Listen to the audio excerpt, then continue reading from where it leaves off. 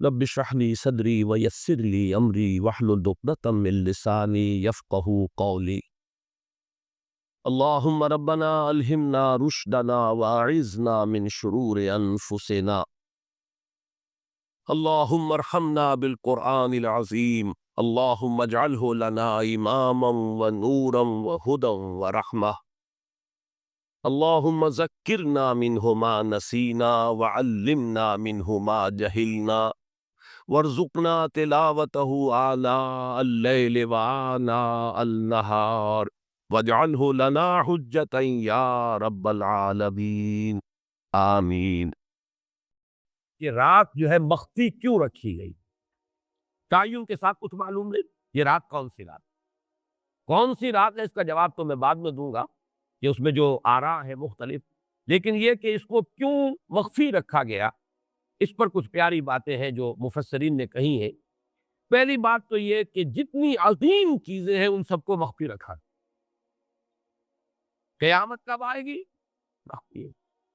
آئے گی، یہ یقینی ہے۔ کب آئے گی؟ یہ تو ان امور میں سے ہے کہ جس کا علم نبی اکرم صلی اللہ علیہ وسلم کو بھی نہیں دیا گیا، جبرائیل کو بھی نہیں دیا۔ چنانچہ حدیث جبرائیل میں واضح طور پر الفاظ موجود ہیں وَمَا الْمَسْئُولُ عَنْهَا بِأَعْلَمَ مِنَ السَّائِلِ، کچھ معلوم نہیں، نہ سائل کو معلوم نہ مسئول کو معلوم قیامت کب آئے۔ اب یہ عظیم حقیقت مخفی رکھا گیا اور اس کا خاص طور پر ذکر کیا گیا ہے سورہ طٰہٰ میں، اَکَادُ أُخْفِیہا لِتُجْزَىٰ كُلُّ نَفْسٍ بِمَا تَسْعَىٰ۔ اگر تعین کر لیا جاتا تو جو قریب کے زمانے کے لوگ ہوتے وہ تو خوب پھر محنت کرتے آخرت کے لیے، اور ذرا فاصلے والے ہوتے وہ ذرا تصاہل کرتے اس کے بارے میں۔ اس کو رکھا گیا ہے، تلوار لٹکی ہوئی ہے، کسی بھی وقت گر سکتی ہے، یہ جیسے گلوٹین کبھی اگر آپ نے دیکھا ہو جس طریقے سے کہ اس کا چھرا گرتا ہے، کسی بھی وقت گر سکتی ہے، لہٰذا ہر وقت چوکس رہو، چوکنے رہو، جیسے کہ صحابہ کرام کی شان معلوم ہوتی ہے بعض روایات سے کہ ذرا تیز ہوا چلتی تھی تو وہ سمجھتے تھے قیامت آ گئی۔ اس درجے استحضار تھا اعصاب کے اوپر، اس کا اتنا اثر تھا کہ ذرا تیز جھکڑ چلا اور انہوں نے سمجھا قیامت آ گئی۔ تو اس طریقے سے قیامت کو مخفی رکھا گیا۔ اَکَادُ أُخْفِیہا لِتُجْزَىٰ كُلُّ نَفْسٍ بِمَا تَسْعَىٰ۔ نہ آج سے 100 برس پہلے والوں کو معلوم تھا کہ قیامت کب آئے گی، نہ آج والوں کو معلوم ہے، نہ اگر ابھی دنیا کی عمر ہے ابھی 100 برس اور تو قیامت سے ایک دن پہلے بھی شاید یقینی طور پر معلوم نہ ہو سکے کہ کل قیامت آ رہی ہے، تاکہ ہر وقت جو ہے امتحان اتنا ہی شدید رہے، اتنا ہی کڑا امتحان رہے ہر ایک کے لیے۔ لِتُجْزَىٰ كُلُّ نَفْسٍ بِمَا تَجْزَىٰ بِمَا تَسْعَىٰ، تاکہ ہر ذی نفس کو بدلہ ملے اس کی سعی کے مطابق۔ اسی طریقے سے موت کا وقت معلوم نہیں، وَمَا تَدْرِي نَفْسٌ بِأَيِّ أَرْضٍ تَمُوتُ، کہاں موت آئے گی کچھ معلوم نہیں، کہاں موت آئے گی، کب موت آئے گی کچھ معلوم۔ اسی طرح نوٹ کیجئے صلاۃ وسطیٰ، حافظوا علی الصلوات والصلاۃ الوسطیٰ معین نہیں، اس کے لیے آراء اگرچہ ہیں، اکثر آراء جمع ہو گئی ہے صلاۃ العصر کے بارے میں، لیکن تعین سے حتمی طور پر نہیں کہہ سکتے۔ یہ رائے بھی ہے کہ کوئی بھی معین نہیں، تمام نمازیں جو ہے وہ صلاۃ وسطیٰ کی حکم نہیں۔ بہترین نماز کوشش کرو کہ پوری محافظت کرو، صرف نماز کی نہیں، بہترین نماز، ہر نماز تمہاری بہترین نماز ہونی چاہیے، ہر روز روز عید ہو، ہر شب شب برات، اگر اللہ تعالیٰ کے ساتھ کوئی قلبی ربط ہے تو ہر دن جو گزر رہا ہے وہ روز عید ہے، اور ہر شب جو گزر رہی ہے وہ شب برات۔ لیکن اگر وہ کہ انسان کو غفلت ان کے قلب پر طاری ہے تو وہ عید کا دن بھی اس کے لیے ایک عام دن ہے، اور شب برات بھی اس کے لیے ویسی ہی ایک رات ہے جیسی کہ ہر روز آتی ہے اور چلی جاتی ہے۔ اس اعتبار سے اس کو بھی خواہ جو ہے معین نہیں کیا گیا صلاۃ وسطیٰ پر۔ اسی طرح بعض روایات میں جو آتا ہے اس میں اعظم، اللہ کا ایک نام ایسا ہے کہ اس کے واسطے سے اللہ سے جو بات مانگی جائے وہ رد نہیں ہے، لیکن وہ کون سا نہیں بتایا گیا۔ اقوال ہے، اندازے ہیں، حی و قیوم پر زیادہ، الحی القیوم پر زیادہ لوگوں کا جو ہے وہ اجماع ہوا ہے، لیکن یہ کہ یقین سے نہیں کہہ سکتے۔ تو اسی میں اس کو بھی نوٹ کر لیجئے کہ اس کو مخفی رکھا گیا ہے لیلۃ القدر کو۔ لوگ زیادہ سے زیادہ محنت کریں، زیادہ سے زیادہ مشقت کریں، اس کے لیے جو بھی اس کی قدر و منزلت سے کسی درجے میں آگاہ ہے، وہ اگر معین ہی ہو جاتا کہ ایک شب یہ ہے تو پھر تو سب کے سب اس رات میں محنت کر لیتے، باقی راتیں جو ہے وہ پھر سونی اور ویران گزرتی۔ لیکن یہ کہ مطلوب یہ ہے کہ زیادہ سے زیادہ راتیں آباد ہوں، زیادہ سے زیادہ راتوں میں ذکر ہو، عبادت ہو، دعا ہو، اس لیے اس کو مخفی رکھا گیا۔ یہ حکمت ہے۔ اس میں بھی ایک عجیب نکتہ ہے جو امام راضی رحمۃ اللہ علیہ نے بیان کیا ہے، اور حوالہ اگرچہ نہیں دیا اس حدیث کا، لیکن ایک روایت کے حوالے سے بات بیان کی ہے کہ اس کے ظاہر نہ کرنے میں بھی اللہ کی ایک شفقت اور رحمت ہے بندوں کے حق میں، اس لیے کہ اس کی قدر جتنی زیادہ ہے اتنی ہی اس کی ناقدری پر سزا ہوگی۔ اگر معلوم ہو کہ یہ شب ہے اور اس کی ناقدری کو انسان کرے تو گویا کہ پھر وہ اتنا ہی زیادہ مورد عقاب اور مورد سزا بن جائے۔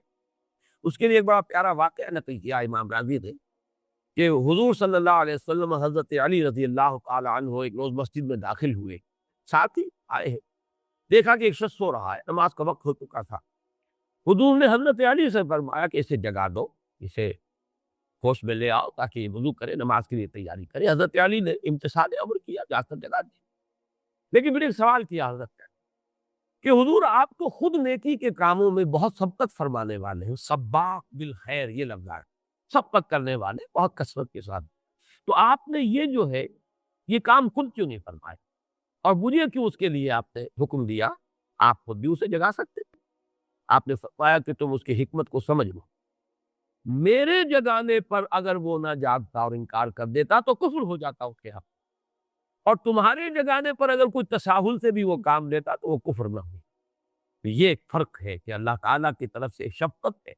کہ حضور صلی اللہ علیہ وسلم جگاتے اور کسی درجے میں وہ انکار کر دیتا۔ کبھی ایسا بھی ہوتا آدمی نیند میں ہے اور وہ کہتا جاؤ جاؤ مجھے آرام کرنے دو، تو اگر میرے ساتھ یہ معاملہ ہوتا تو وہ کفر کے درجے کو پہنچ جاتی بات، لیکن اگر تمہارے ساتھ یہ معاملہ ہو بھی جاتا تو اس درجے شدید نہ ہوتا۔ تو گویا کہ حضور نے اس شخص پر شفقت کے اعتبار سے یہ شکل اختیار کی کہ خود نہیں جگایا، بلکہ یہ کہ حضرت علی رضی اللہ تعالیٰ عنہ کو حکم دیا کہ اسے جگا دو۔ تو یہ نقطہ کہ لیلۃ القدر کے اخفاء میں یہ بات بھی ہے کہ اگر اس کو عیاں کر دیا جاتا، معین کر دیا جاتا، تو پھر جو لوگ اس سے غافل رہتے پھر وہ بہت سخت ناقدری کا ارتکاب کرتے اور بڑی سزا کے مستوجب ہوتا۔ اب آپ کو چھٹی بحث ہے کہ وہ رات کون سی ہے۔ اگرچہ ایک رائے شاذ یہ بھی ہے کہ وہ رمضان سے باہر کی رات بھی ہو سکتی ہے، لازم نہیں ہے کہ رمضان ہی کی کوئی شب ہو۔ اس میں چونکہ بعض حضرات نے ایک روایت کی وجہ سے جسے ہم شب برات کہتے ہیں، لیلۃ البرات، یہ شعبان کی 15ویں شب، درمیانی شب، اور اس کے بارے میں ایک روایت موجود ہے حضرت عائشہ صدیقہ رضی اللہ تعالیٰ عنہ کی کہ رات کے وقت ان کی آنکھ کھلی اور وہ باری آپ ہی کے پاس شب باسی کی تھی حضور کی، تو حضور موجود نہیں تھے، تو تشویش کا حل ہے۔ تو جب تلاش کی گئی تو معلوم ہوا کہ حضور جنت البقیع قبرستان میں پہنچے ہوئے ہیں اور وہاں آپ ان کے لیے جو بھی وہاں دفن ہے ان کے لیے استغفار فرما۔ جب پوچھا گیا معاملہ کیا، تو آپ نے فرمایا یہ بڑی عظیم رات ہے اور اس رات میں فوت ہونے والوں کا فیصلہ ہو جاتا ہے، پیدا ہونے والوں کا فیصلہ ہو جاتا ہے۔ تو اب وہ بھی ایک لیلہ مبارکہ، اسی وجہ سے بعض لوگوں نے وہ جو سورہ دخان کی ابتدائی آیات ہے انا انزلناہ فی لیلۃ مبارکۃ، اس کو محمول کیا ہے اسی رات پر کہ جس کو ہم شب برات کہتے ہیں اپنی عام اصطلاح میں، لیلۃ البرات اسے عربی میں کہا جاتا ہے۔ برات کے معنی کسی کا چھٹکارا پا لینا۔ یہ شب برات جو ہے وہ برات شادی والی برات نہیں ہے، بلکہ یہ برات کا لفظ ہے عربی زبان کا، جو ہمارے ہاں وہ غلط العام میں برات شب برات بن گیا ہے۔ برات، برات من اللہ ورسولہ، جو سورہ برات کا پہلا لفظ، کہ چھٹکارا پانا، کہ وہ رات بھی ایسی ہے کہ اس میں انسان استغفار کرے اور اللہ تعالیٰ سے اپنے گناہوں کی معافی مانگے تو اپنے آپ کو جہنم سے چھٹکارا دلا سکتا ہے، وہ شب برات۔ اس اعتبار سے کچھ لوگوں نے گمان کیا کہ شاید لیلۃ القدر اور لیلہ مبارکہ اس حدیث کی روح سے وہی شب ہے، وہ ظاہر بات ہے کہ خارج رمضان مبارک ہے، اور یہ کہ اس کے علاوہ بھی بعض آراء ہیں، لیکن یہ آراء جو ہے شاذ کے درجے میں یہ کہہ سکتا ہوں کہ تقریباً اجماع ہے اس پر کہ یہ رات رمضان مبارک ہی کی ایک رات۔ اس کی دلیل ایک تو یہ کہ القرآن یفسر بعضہ بعضا کے اصول کے مطابق قرآن مجید کے اندر سورہ بقرہ میں یہ واضح کر دیا گیا شہر رمضان الذی انزل فیہ القرآن، رمضان مبارک کا مہینہ وہ ہے کہ جس میں قرآن نازل کیا گیا، اور یہاں فرمایا انا انزلناہ فی لیلۃ القدر، ہم نے اس کو اتارا ہے لیلۃ القدر۔ ان دونوں کو جوڑیے تو اس کا ایک لا محالہ جو ایک انیویٹیبل رزلٹ نکلتا ہے وہ یہی ہے کہ یہ لیلۃ القدر رمضان مبارک۔ دوسری اس کی تائید ہوتی ہے وہ مشہور حدیث جس کو الحمدللہ کہ ہم نے بہت عام کیا ہے، رمضان مبارک کی آمد سے قبل کوشش ہوتی ہے ہر سال جو ہے اس کی یاد دہانی کرا دی جائے ایک طویل خطبہ جو حضور نے دیا تھا، خطبنا رسول اللہ صلی اللہ علیہ وسلم فی آخر یوم من شعبان، یہ حضرت سلمان فارسی رضی اللہ تعالیٰ عنہ سے مروی ہے کہ حضور نے شعبان کے آخری دن ہمیں خطبہ ارشاد فرمایا، یا ایھا الناس قد اظلکم شہر عظیم، شہر مبارک، شہر فیہ لیلۃ خیر من الف شہر، لوگوں آگاہ ہو جاؤ، تم پر ایک بہت مبارک مہینے نے، بڑی عظمت والے مہینے نے سایہ کر دیا ہے، سایہ فگن ہو گیا ہے تم پر ایک مہینہ جو بڑی عظمت والا ہے، شہر عظیم، جو بڑی برکت والا ہے، شہر مبارک، اور تیسرا جملہ اس میں یہی ہے، شہر فیہ لیلۃ خیر من الف شہر، وہ مہینہ کہ جس میں ایک رات وہ بھی ہے کہ جو 1000 مہینوں سے افضل۔ ان دونوں چیزوں کے حوالے سے تقریباً دلائل بھی موجود ہیں، اور ویسے یہ کہ جیسا کہ میں عرض کر چکا ہوں، اجماع ہے کہ یہ رمضان مبارک ہی کی ایک شب، لیکن رمضان مبارک کی کون سی شب ہے، اس پر بعض مفسرین نے تو لکھا ہے کہ 40 قول، چنانچہ صاحب تفسیر مظہری قاضی ثناء اللہ پانی پتی نے، میں نے وہ تفسیر تو نہیں پڑھی، کہ 40 قول، لیکن امام راضی نے جو 9 قول نقل کیے ہیں وہ میں تیزی کے ساتھ آپ کو سنا دیتا ہوں۔ ابن رزین رحمہ اللہ کا قول یہ ہے کہ رمضان کی پہلی شب ہے۔ حضرت حسن بصری رحمۃ اللہ علیہ، یہ ہے تابعین میں سے، اس لیے میں رضی اللہ عنہ نہیں کہہ رہا، رحمۃ اللہ علیہ، حضرت حسن بصری رحمۃ اللہ علیہ کی رائے ہے کہ یہ 17ویں شب ہے، یعنی وہ شب کہ پھر جس کے اگلے دن جو ہے وہ غزوہ بدر ہوا ہے، یوم الفرقان۔ حضرت انس رضی اللہ تعالی عنہ مرفوعاً روایت کرتے ہیں کہ یہ 19ویں شب ہے۔ محمد بن اسحاق جو بہت بڑے سیرت نگار ہیں حضور کے، ان کا قول ہے کہ یہ 21ویں شب ہے۔ حضرت عبداللہ ابن عباس رضی اللہ تعالی عنہما سے قول جو ہے مروی ہے کہ یہ 23ویں شب ہے۔ حضرت عبداللہ ابن مسعود رضی اللہ تعالی عنہ سے مروی ہے کہ یہ 24ویں شب ہے، اور اس کو میں ذرا اہمیت دیتا ہوں اس لیے کہ 24ویں شب جو ہے سورہ علق کی ابتدائی آیات کے نزول کے ضمن میں کچھ حساب کتاب کے جوڑنے سے 24ویں اور 25ویں شب کا بھی معاملہ جڑتا ہے، جو کہ میں نے آپ کو سورہ علق کے درس کے دوران بتایا۔ اس کے بعد حضرت ابو ذر غفاری رضی اللہ تعالیٰ عنہ کا قول ہے کہ یہ 25ویں شب ہے۔ اس کے بعد حضرت ابی ابن کعب رضی اللہ تعالیٰ عنہ کا قول ہے، یہ وہ ہے جن کو کہ حضور نے خود فرمایا کہ اقرأہم ابی ابن کعب، قرآن مجید کے سب سے بڑے قاری حضرت ابی ابن کعب ہیں رضی اللہ تعالیٰ عنہ، اور ان کے بھی سینے پر آپ نے تھپکی دی تھی۔ ایک سوال کیا آپ نے کہ سب سے عظیم سورت کون سی ہے، اور جب انہوں نے صحیح جواب دے دیا سورہ فاتحہ، تو پھر یہ کہ اس پر حضور نے تھپکی دی کہ تمہیں اللہ تعالیٰ نے بہت صحیح مناسبت عطا کی ہے علم کے ساتھ۔ ان کی اور صحابہ میں سے بہت سے لوگوں کی رائے،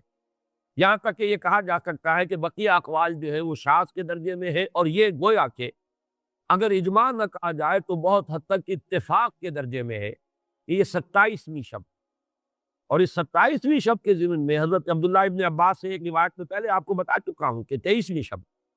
لیکن 27ویں شب کے ضمن میں جو مختلف روایات حضرت عبداللہ ابن عباس رضی اللہ تعالیٰ عنہما سے مروی ہیں، ان میں بھی کچھ لطیف نکات ہیں، وہ میں بعد میں بیان کروں گا۔ اس کے بعد ایک شاذ قول اور بھی ہے کہ یہ 29ویں شب ہے، تو یہ گویا کہ 9 ہے اقوال، جن میں سے بعض جلیل القدر صحابہ کے ہیں، عبداللہ ابن مسعود، ابو ذر غفاری، ابن عباس، ابی ابن کعب، لیکن یہ ہے کہ سب سے زیادہ جو اتفاق اگر اجماع نہ کہا جائے تو 27ویں شب پر ہے۔ اس 27ویں شب کے بارے میں حضرت عبداللہ ابن عباس نے 3 نکتے بیان کیے۔ ایک نکتہ تو یہ ہے کہ یہ پوری سورہ مبارکہ جو ہے سورۃ القدر، اس میں 30 الفاظ ہیں، اور ان 30 الفاظ میں سے 27واں لفظ ہے ہیا حتی مطلع الفجر، یہ 27واں ہے۔ اس کے اعتبار سے گویا کہ انہوں نے ایک ربط قائم کیا ہے کہ یہ 27ویں شب ہے۔ ایک بات انہوں نے یہ کہی ہے کہ اللہ تعالیٰ کو وطر محبوب ہے،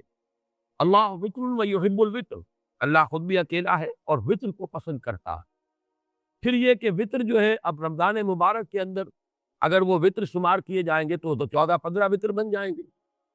لیکن اس میں چونکہ آخری عشرے کے بارے میں بہت سی روایات جو ہے ان کا تقریباً اجماع ہو جاتا ہے کہ آخری عشرے میں تو آخری اشرے میں بھی 5 وتر آئیں گے، 21ویں، 23ویں، 25ویں، 27ویں، 29ویں۔ لیکن حضرت عبداللہ ابن عباس کہتے ہیں کہ 7 کا ہندسہ اللہ تعالیٰ کو بہت پسند ہے، اور بہت سی چیزیں جو ہیں عالم تکوینی میں بھی اور عالم تشریعی میں بھی بہت سی چیزیں وہ ہیں کہ جو 7 کے ہندسے کے ساتھ وابستہ ہیں۔ 7 آسمان ہیں، 7 زمینیں ہیں، ہفتے کے 7 دن ہیں، طواف کے 7 شوط ہیں، سعی بین الصفا والمروہ وہ بھی 7 مرتبہ ہے، ادھر سے ادھر، ادھر سے ادھر 7۔ اسی طریقے سے سجدے کے اعضاء بھی 7 ہیں۔ تو اس سے انہوں نے پہلے وطر اور وطر کے بعد 7 کا حصہ، رمضان کے آخری عشرے کی وطر راتیں اور ان میں 7ویں رات یعنی 27ویں شب، وہ اپنے اس حساب کتاب سے بھی، اور جب انہوں نے یہ بات بیان کی تو حضرت عمر رضی اللہ تعالی عنہ نے ان کی تحسین کی۔ آخری بات اور بھی کہی گئی ہے کہ لیلۃ القدر جو ہے اس کے اندر حروف کو اگر شمار کیا جائے تو 9 بنتے ہیں، اور یہ لیلۃ القدر اس سورہ مبارکہ میں 3 مرتبہ آیا ہے۔ انا انزلناہ فی لیلۃ القدر وما ادراک ما لیلۃ القدر لیلۃ القدر خیر من الف شہر۔ اس اعتبار سے بھی 3 کو ضرب دی جائے 9 سے تو وہ بھی 27 کا عدد ہوتا ہے۔ بہرحال یہ میں نے جیسے کہ عرض کیا تھا کہ ان کا کوئی تعلق نہ صرف سے ہے، نہ نحو سے ہے، نہ روایات سے، لیکن بہرحال حضرت عبداللہ ابن عباس کا ایک ذوق ہے، اس کو آپ ذوقی باتیں بھی کہہ سکتے ہیں، لیکن یہ کہ حضرت عبداللہ ابن عباس کی ذوقی بات ہے، لہٰذا اس کا کم سے کم تذکرہ ہو جانا چاہیے۔ ایک بحث یہ ہے کہ اہیا باقیۃ ام لا، کیا یہ رات جو اس کی عظمت تھی یہ باقی ہے، یا صرف وہی رات جو تھی جس میں کہ قرآن مجید نازل کیا گیا وہی عظمت کی حامل؟ انا انزلناہ فی لیلۃ القدر، یا یہ کہ اب بھی ہر سال یہ رات آ رہی ہے تو اسی عظمت کی حامل ہے، اسی قدر و منزلت کی، اسی برکت کی حامل ہے؟ اس پر بھی تقریباً ایک اجماع ہے کہ یہ لیلۃ القدر باقی ہے ہر سال،